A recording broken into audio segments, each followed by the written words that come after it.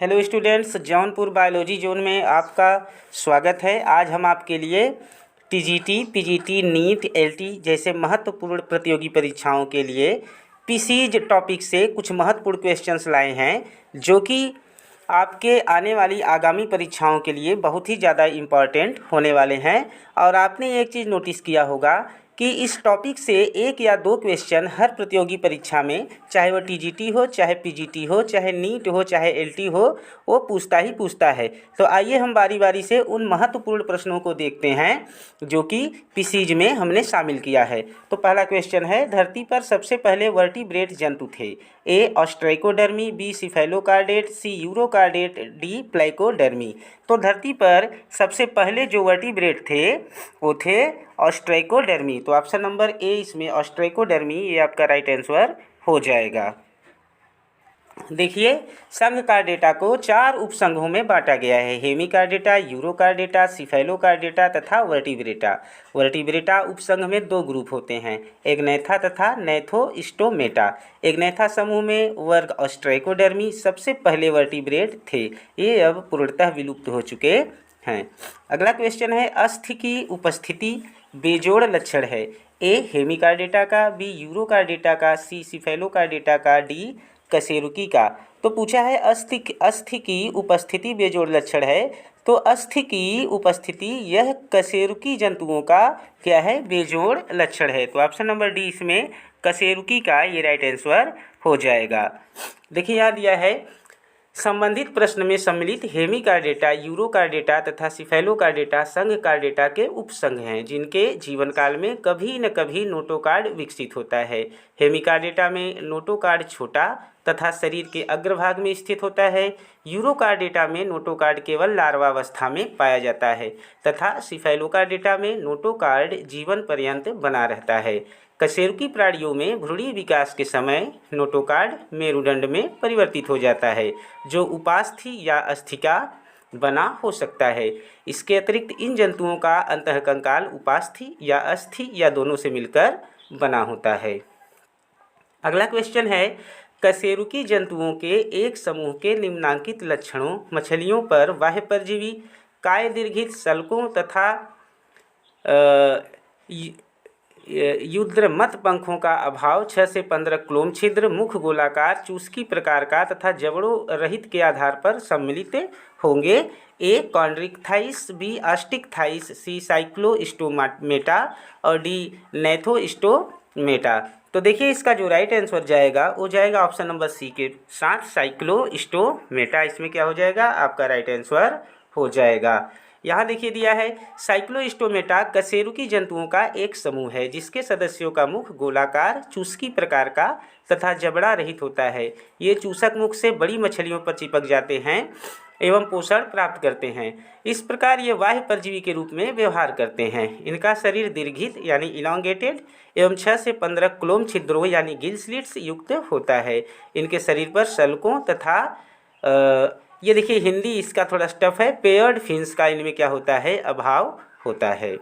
अगला क्वेश्चन है, मलेरिया के नियंत्रण के लिए कौन सी मछली प्रयोग में आती है?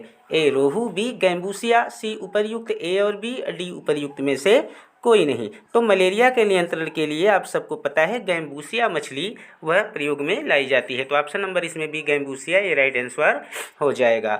देखिए दिया है, मलेरिया के नियंत्रण के लिए कुछ लार्वा भक्षी यानी लार्वी ओरस मछलियों का जलाशयों में प्रयोग किया जाता है। पोएसिलिया रेटिकुलेटा, गैम्बूसिया आदि लार्वा भक्षी मछलियों के उदाहरण हैं। अगला क्वेश्चन है, कौन सी एक वास्तविक मछली है? A whale, B cuttlefish, C silverfish, D flying fish. तो पूछा है कौन सी एक वास्तविक मछली है? तो देखिए, जो फ्लाइंग फिश होती है वह एक वास्तविक मछली मानी जाती है। तो ऑप्शन नंबर डी इसमें फ्लाइंग फिश आपका क्या हो जाएगा? ये राइट आंसर हो जाएगा। देखिए, यहाँ दिया है फ्लाइंग फिश वास्तविक मछली, कैट फिश इसे भी वास्तविक मछली बोलते हैं, पाइप फिश इसे भी वास्तविक मछली, पैडल फिश यह भी वास्तविक मछली होती है, गोल्ड फिश यह भी वास्तविक मछली होती है, ग्लोब फिश यह भी वास्तविक मछली होती है, लेकिन सिल्वर फिश यह असत्य मछली होती है और इंसेक्टा कीट के अंतर्गत आती है। कटल फिश यह असत्य मछली है, यह मोलस्का संघ के अंतर्गत आती है। जेलीफिश यह असत्य मछली है, यह निडेरिया संघ के अंतर्गत आती है। और व्हेल असत्य मछली है, यह स्तनधारी वर्ग के अंतर्गत आती है। अगला क्वेश्चन है, स्कॉलियोडान की लाल रुधिर कणिकाएँ होती हैं। ए गोल केंद्रक युक्त, बी गोल केंद्रक विहीन, सी अंडाकार केंद्रक युक्त और डी अंडाकार केंद्रक विहीन। तो स्कॉलियोडान की जो लाल रुधिर कणिकाएँ होती हैं वह अंडाकार और केंद्रक युक्त होती हैं। तो ऑप्शन नंबर इसमें सी आपका ये क्या हो जाएगा, ये राइट आंसर हो जाएगा। देखिए दिया है, स्कॉलियोडान या डॉगफिश की लाल रक्त कणिकाएँ यानी एरिथ्रोसाइट्स अंडाकार यानी ओवल होती हैं। इनमें एक केंद्रक न्यूक्लियस तथा आयरन का एक यौगिक हीमोग्लोबिन होता है। अगला क्वेश्चन है, इलेस्मोब्रेंकाई मछलियों में कौन सी अंतःस्रावी ग्रंथि नहीं पाई जाती। ए थायराइड, बी थाइमस एवं parathyroid, C pituitary, D islets of Langerhans. तो पूछा है इलेस्मोब्रेंकाई मछलियों में कौन सी अंतःस्रावी ग्रंथि नहीं पाई जाती। तो देखिए थाइमस एवं पैराथायराइड ग्रंथि जो होती है वह इन मछलियों में नहीं पाई जाती। तो ऑप्शन नंबर बी इसमें आपका क्या हो जाएगा, ये राइट आंसर हो जाएगा। देखिए यहाँ दिया है, इलेस्मोब्रेंकाई मछलियों में थाइमस एवं पैराथायराइड ग्रंथियाँ अनुपस्थित होती हैं। इनमें थायराइड ग्रंथि ऊतकों के एक लेसदार समूह के रूप में पाई जाती है। अगला क्वेश्चन है, निम्नलिखित में से किसमें प्लेकाइड सल्क पाए जाते हैं। ए इलास्मोब्रेक मछलियों में, बी टीलियोस्ट मछलियों में, सी डिप्नोई और डी लेटीमेरिया में। तो पूछा है प्लेकाइड सल्क किस में पाए जाते हैं। तो जो प्लेकाइड सल्क होते हैं वह मुख्य रूप से इलास्मो जो ब्रेक मछलियां होती हैं उनमें पाई जाती हैं। तो ऑप्शन नंबर ए इसमें आपका क्या हो जाएगा, यह राइट आंसर हो जाएगा। देखिए यहाँ दिया है, प्लेकाइड सल्क इलेस्मोब्रेंकाई मछलियों में पाए जाते हैं। प्रत्येक प्लेकाइड सल्क में एक पश्च दृष्ट स्पाइन पाए जाते हैं जो कि डर्मिस में धंसे हुए बेसल प्लेट से उत्पन्न होते हैं। अगला क्वेश्चन है, स्कॉलियोडान का अंतःकंकाल बना होता है। ए उपास्थिका, बी हड्डियों का, सी सल्कों का, डी प्लेटों का। तो स्कॉलियोडान का जो अंतःकंकाल होता है वह उपास्थिका यानी कार्टिलेज का बना होता है। तो ऑप्शन नंबर ए इसमें आपका क्या हो जाएगा, ये राइट आंसर हो जाएगा।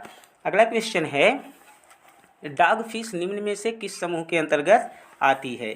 ए एग्नैथा, बी नैथोस्टोमेटा, सी यूसिलोमेटा, डी स्क्वैमेटा। तो डॉगफिश पूछा है निम्न में से किसके समूह के अंतर्गत आती है। तो देखिए जो डॉगफिश होती है वह नैथोस्टोमेटा समूह के अंतर्गत आती है। तो ऑप्शन नंबर बी इसमें आपका नैथोस्टोमेटा यह राइट आंसर हो जाएगा। अगला क्वेश्चन है, कौन सी मछली पिंडज होती है। ए हिप्पोकैम्पस, बी स्कॉलियोडान, सी रोहू और डी प्रोटोप्टेरस। तो पूछा है इसमें से कौन सी मछली क्या होती है, पिंडज होती है। तो देखिए जो स्कॉलियोडान होता है वह विविपेरस होता है यानी पिंडज होता है। तो ऑप्शन नंबर बी इसमें आपका क्या हो जाएगा, ये राइट आंसर हो जाएगा। अगला क्वेश्चन है, स्क्राल वाल्व पाया जाता है। ए कबूतर में, बी मेढक में, सी यूरोमैस्टिक्स में और डी स्कॉलियोडान में। तो स्क्राल वाल्व जो होता है वह मुख्य रूप से स्कॉलियोडान में पाया जाता है। तो ऑप्शन नंबर आपका डी स्कॉलियोडान में ये राइट आंसर हो जाएगा। देखिए यहाँ दिया है, स्कॉलियोडान की आंत में स्क्राल वाल्व से या स्पाइरल वाल्व पाए जाते हैं। ये वामावर्त घूमी हुई संरचनाएं होती हैं। यह केचुआ में पाई जाने वाली टिफ्लोसोल की भांति अवशोषण के लिए सतह क्षेत्र को बढ़ाती हैं। अगला क्वेश्चन है, स्कॉलियोडान में कपाली तंत्रिका के कितने जोड़े होते हैं। ए 9, बी 10, सी 11, डी 12। तो स्कॉलियोडान में जो कपाली तंत्रिकाओं के जोड़े होते हैं वह होते हैं 10 जोड़े। तो ऑप्शन नंबर बी इसमें 10 क्या हो जाएगा, ये आपका राइट आंसर हो जाएगा। देखिए दिया है, स्कॉलियोडान में कपाली तंत्रिका की 10 जोड़ियां पाई जाती हैं जिनका विवरण निम्न है। Olfactory nerve, optic nerve, oculomotor nerve, trochlear nerve, trigeminal nerve, abducens nerve, facial nerve, auditory nerve, glossopharyngeal nerve और 10वां है वेगस नर्व। ज्ञात रहे कि कपाली तंत्रिका तंत्र परिधि तंत्रिका तंत्र का क्या है, एक भाग है। अगला क्वेश्चन है, किसके नर में पैतृक संरक्षण का गुण पाया जाता है। ए हिप्पोकैम्पस मछली, बी लेबियो मछली, सी एनाबास मछली, डी स्कॉलियोडान। तो जो पूछा है किसके नर में पैतृक रक्षण का गुण पाया जाता है, तो जो हिप्पोकैम्पस मछली होती है उसके नर में पैतृक संरक्षण का गुण पाया जाता है। तो ऑप्शन नंबर ए आपका ये क्या हो जाएगा, राइट आंसर हो जाएगा। देखिए दिया है, हिप्पोकैम्पस मछली में मादा अंडों को नर के उदर पर स्थित थैली में स्थानांतरित कर देती है। नर उन्हें अंडजोत्पत्ति तक अपने पास रखता है। यह नर में पैतृक संरक्षण का एक उत्कृष्ट उदाहरण है। अगला क्वेश्चन है, मैटियस अर्जेंटियस को सामान्यतः कहते हैं? ए भारतीय पोम्फ्रेट, बी रोहू, सी कुत्ता मछली, डी गिटार मछली।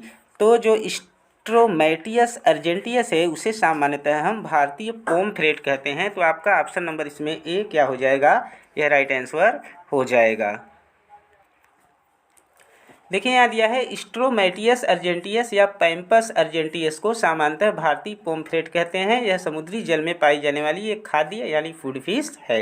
अगला क्वेश्चन है गैनाइड सल्क पाए जाते हैं? ए लेबियो में, बी एंगुइला में, सी एमिया में, डी लेपिडोस्टियस में। तो पूछा है गैनाइड सल्क पाए जाते हैं किसमें? तो गैनाइड सल्क मुख्य रूप से ऑप्शन नंबर डी लेपिडोस्टियस में पाए जाते हैं। तो ऑप्शन नंबर डी इसमें आपका राइट आंसर हो जाएगा। देखिए दिया है गैनाइड सल्क मोटे समचतुर्भुजवत या हीरे की प्लेट जैसी होती हैं। ये एक दूसरे के अगल बगल टाइल्स जैसे जुड़े होते हैं। ये लेपिडोस्टियस, एसीपेंसर आदि मछलियों में पाए जाते हैं। अगला क्वेश्चन है समुद्राभिगामी प्रवसन मछलियों की किस प्रवसन गति से संबंधित है? ए असामुद्रिक जल से असामुद्रिक जल में, बी असामुद्रिक जल से सामुद्रिक जल में, सी सामुद्रिक जल से सामुद्रिक जल में और डी सामुद्रिक जल से असामुद्रिक जल में। तो इसका जो राइट आंसर जाएगा वो ऑप्शन नंबर बी के साथ जाएगा, असामुद्रिक जल से सामुद्रिक जल में। इसमें आपका ऑप्शन नंबर बी क्या हो जाएगा? ये राइट आंसर हो जाएगा। देखिए यहाँ दिया है जब मछलियाँ अंडे जनन के लिए अथवा अंडे देने के लिए ताजे जल अर्थात असामुद्रिक जल यानी फ्रेश वाटर से खारे जल अर्थात सी वाटर में जाती हैं तो उनके इस गमन को समुद्राभिगामी प्रवसन यानी केटाड्रामस माइग्रेशन कहते हैं। उदाहरण बाम यानी इल, एंगुइला मछली आदि। इसके विपरीत गमन अर्थात सामुद्रिक जल से असामुद्रिक जल में समुद्रापगामी प्रवसन यानी एनाड्रोमस माइग्रेशन कहलाता है, जैसे सैल्मन, हिल्सा, स्टर्जन, साद आदि। अगला क्वेश्चन है निम्नलिखित में से कौन सा मीन उद्गामी है? ए इल, बी कार्प, सी हिल्सा, डी गोबी। तो इसमें जो राइट आंसर हो जाएगा वह हो जाएगा हिल्सा। ऑप्शन नंबर सी इसमें हिल्सा क्या हो जाएगा? आपका राइट आंसर हो जाएगा।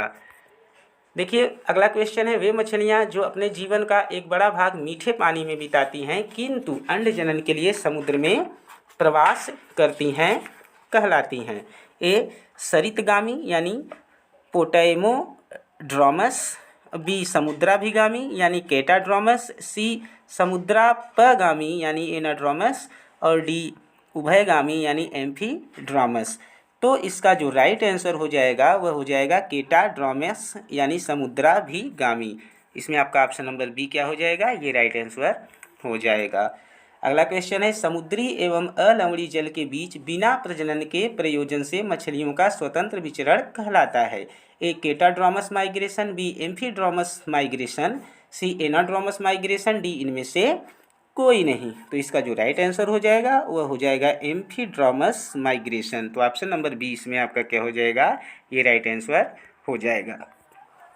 देखिए यहाँ दिया है मछलियों में प्रजनन के उद्देश्य से अलवणीय जल से समुद्री जल की तरफ विचरण को केटाड्रोमस माइग्रेशन कहते हैं, जबकि समुद्री जल से अलवणीय जल की तरफ एनाड्रोमस माइग्रेशन जब यह विचरण बिना प्रजनन के प्रयोजन से होता है तब इसे एम्फीड्रोमस माइग्रेशन कहते हैं। अगला क्वेश्चन है समुद्री घोड़ा होता है एक? ए मछली, बी स्तनी, सी पक्षी, डी मांसाहारी। तो जो सी हॉर्स होता है वह मुख्य रूप से एक फिश होता है, मछली होता है। तो इसमें आपका ऑप्शन नंबर ए क्या हो जाएगा? यह राइट आंसर हो जाएगा। देखिए यहाँ दिया है सी हॉर्स या हिप्पोकैम्पस मत्स्य वर्ग का प्राणी है। इन्हें अश्वमीन के नाम से भी जाना जाता है। इनकी लंबाई सामान्यतः 1.5 सेंटीमीटर से 35 सेंटीमीटर तक होती है। अगला क्वेश्चन है स्कालियोडान में एम्पुली या फ्लारेंजिनी निम्नलिखित के प्रति संवेदनशीलता प्रदर्शित करता है? ए प्रकाश, बी उष्मा, सी धारा, डी स्पर्श। तो जो इसका राइट आंसर हो जाएगा वह हो जाएगा उष्मा, हीट। ऑप्शन नंबर बी इसमें आपका क्या हो जाएगा? यह राइट आंसर हो जाएगा।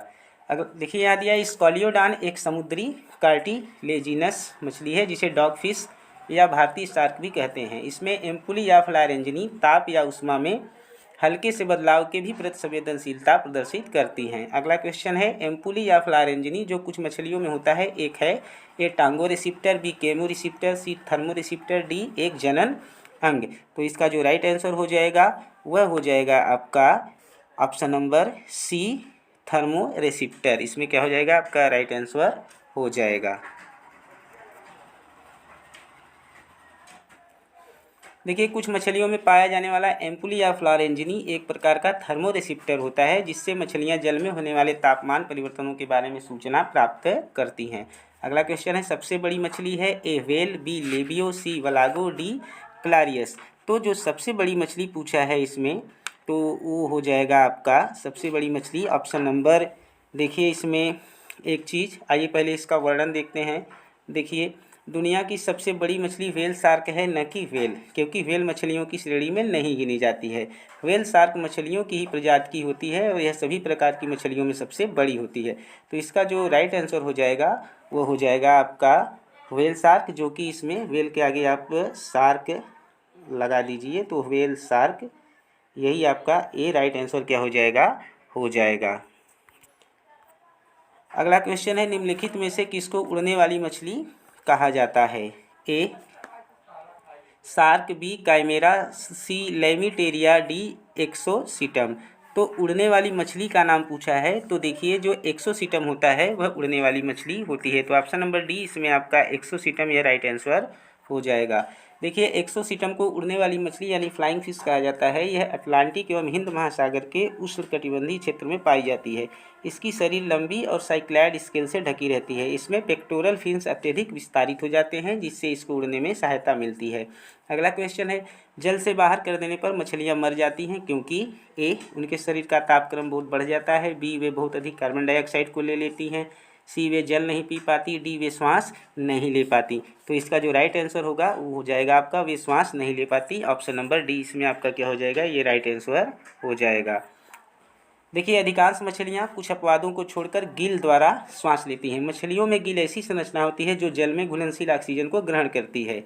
गिल दरारें बाल सदृश सिरोमों से युक्त होती हैं, जो पानी में तो तैरती अवस्था में खुले रहते हैं, लेकिन जल से मछली को बाहर लाने पर ये आपस में ठीक उसी प्रकार चिपक जाते हैं जैसे शेविंग ब्रश के बाल, जिसके कारण उनमें ऑक्सीजन कार्बन डाइऑक्साइड का विनिमय बाधित होता है और दम घुटने से मछलियाँ मर जाती हैं। अगला क्वेश्चन है, मीनों के मोनोजीनियन बाह्य परजीवी मुख्यतः पाए जाते हैं उनकी ए काडल फिन पर, बी गिल्स पर, सी पेक्टोरल फिन्स पर, डी क्लास्पर्स पर। तो इसका जो राइट आंसर हो जाएगा वह हो जाएगा आपका ऑप्शन नंबर बी क्लोम पर। तो ऑप्शन नंबर बी इसमें आपका क्या हो जाएगा, क्लोम पर, यह राइट आंसर हो जाएगा। देखिए दिया है, मछलियों के मोनोजियन बाह्य परजीवी उनके क्लोम यानी गिल्स पर पाए जाते हैं। उदाहरण डिप्लोजुआन इंडिकम बाह्य परजीवी मीठे पानी की मछली बारबस सवाना के क्लोम से लगी रहती है। डिप्लोजुआन प्लेटीहेल्मिन्थेस संघ का मोनोजेनेटिक फ्लूक है। इसका जीवन चक्र केवल एक पोषक पर पूरा होता है, इसलिए इसे मोनोजीनिया भी कहते हैं। अगला क्वेश्चन है, किरेटिन निम्नलिखित में से किसके अधिचर्म में नहीं पाई जाती? ए मीन, बी सरीसृप, सी पक्षी, डी स्तनी। तो किरेटिन इनमें से पूछा है किसके अधिचर्म में नहीं पाई जाती, तो मीन में यानी फिशेज में, मछलियों में किरेटिन जो है वह अधिचर्म में नहीं पाई जाती। तो इसमें आपका ऑप्शन नंबर ए क्या हो जाएगा, ये राइट आंसर हो जाएगा।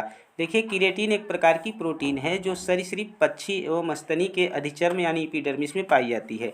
यह मछलियों के अधिचर्म में नहीं पाई जाती।